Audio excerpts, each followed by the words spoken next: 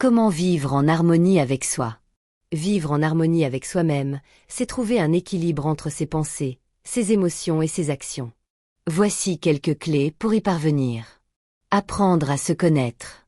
Prendre du temps pour soi, réfléchir à ses valeurs, ses désirs, ses peurs. Accepter ses forces et ses faiblesses sans jugement. Cultiver l'acceptation de soi. Ne pas se comparer aux autres, chacun suit son propre chemin. Pratiquer la bienveillance envers soi-même, comme on le ferait pour un ami. Trouver l'équilibre entre le corps et l'esprit. Adopter une alimentation saine et faire de l'exercice régulièrement. Pratiquer des activités qui apaisent l'esprit, méditation, lecture, musique. Écouter ses émotions et ses besoins. Ne pas refouler ses émotions, mais les comprendre et les exprimer de manière saine. Respecter ses besoins, repos, solitude, relations enrichissantes. Donner du sens à sa vie. Trouver ce qui vous passionne et vous épanouit. Se fixer des objectifs réalistes et alignés avec ses valeurs. S'entourer de bonnes énergies. Fréquenter des personnes positives et inspirantes. Apprendre à poser des limites avec les relations toxiques. Lâcher prise et vivre l'instant présent. Accepter que tout ne peut pas être contrôlé. Profiter des petits bonheurs du quotidien. L'harmonie avec soi-même est un chemin, pas une destination. Il s'agit d'un travail quotidien, mais chaque pas compte. Qu'est-ce qui te semble le plus difficile dans cet équilibre? Dis-le nous en commentaire. Bienvenue dans l'espace des privilégiés sur la chaîne Mekelno. Abonnez-vous, cliquez sur le bon pouce, partagez et laissez un commentaire, merci. À présent, comment faire pour s'aimer? En d'autres termes, faire de soi une priorité sans offenser ses proches? S'aimer et se donner la priorité ne signifie pas être égoïste, mais plutôt prendre soin de soi pour mieux prendre soin des autres. Voici comment trouver cet équilibre sans exclure ou offenser ses proches. Changer sa perception de l'amour-propre.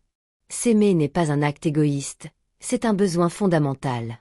Plus on se sent bien avec soi-même, plus on est capable d'être présent pour les autres. Communiquer avec bienveillance.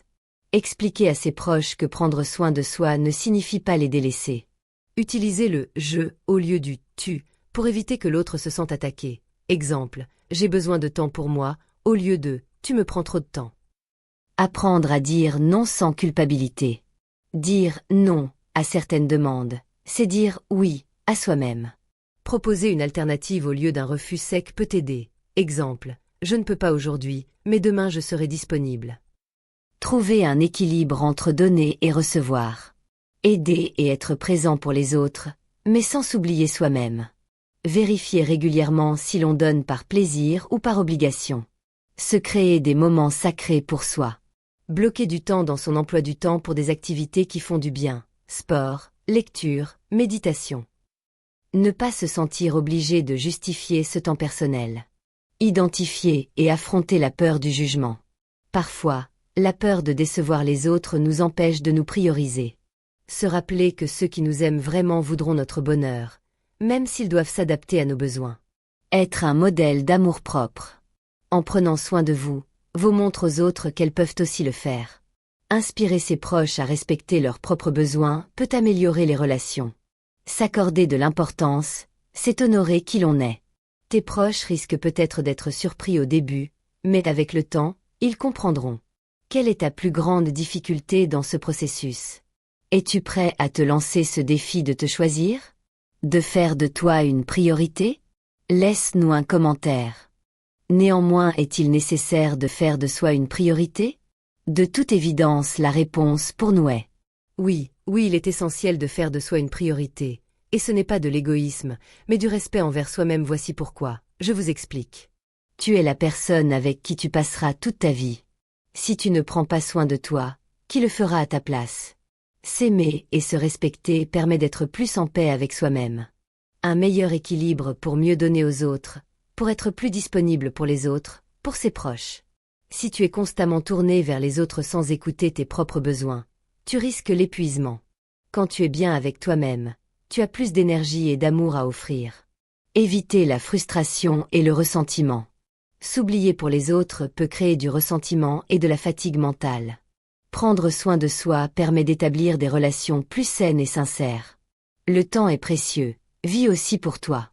Attendre que les autres valident ton bien-être, c'est prendre le risque de passer à côté de ta propre vie. Se donner de l'importance, c'est honorer sa propre existence. Devenir un exemple pour les autres. En te priorisant, tu inspires ton entourage à en faire de même. Tu montres que prendre soin de soi est un droit, pas un luxe. Faire de soi une priorité ne veut pas dire écraser ou négliger les autres, mais simplement reconnaître que ton bien-être compte autant que celui des autres. Tu as le droit de t'écouter, de dire non et de choisir ce qui est bon pour toi. Et toi, qu'est-ce qui te retient encore de te mettre en priorité? Prends soin de toi. Abonnez-vous, cliquez sur le bon pouce, partagez et laissez un commentaire merci. Vous êtes encore là? Merci. Abonnez-vous, activez la cloche pour les prochaines vidéos et cliquez sur le bon pouce.